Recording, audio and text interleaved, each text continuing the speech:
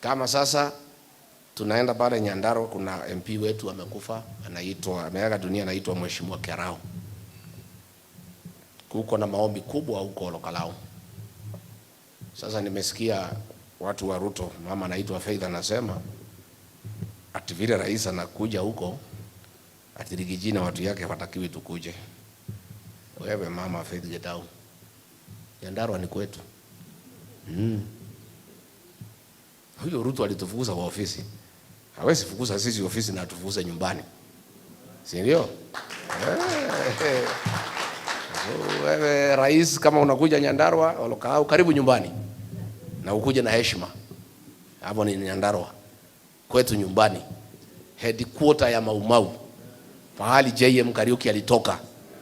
Karibu na Aberdare Forest, pahali Dedan Kimathi aliongoza vita. Na anybody thinking ati kwa sababu Ruto anakuja ceremony ati sisi naweza kosa, hatuwezi kosa sherehe ya nyumbani. Yeye ni mgeni, akuja kama mgeni, tutamkaribisha vizuri.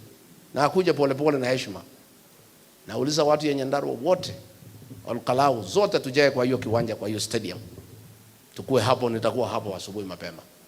In fact, nitafika the previous day ndio nijitayarishe vizuri na watu wetu.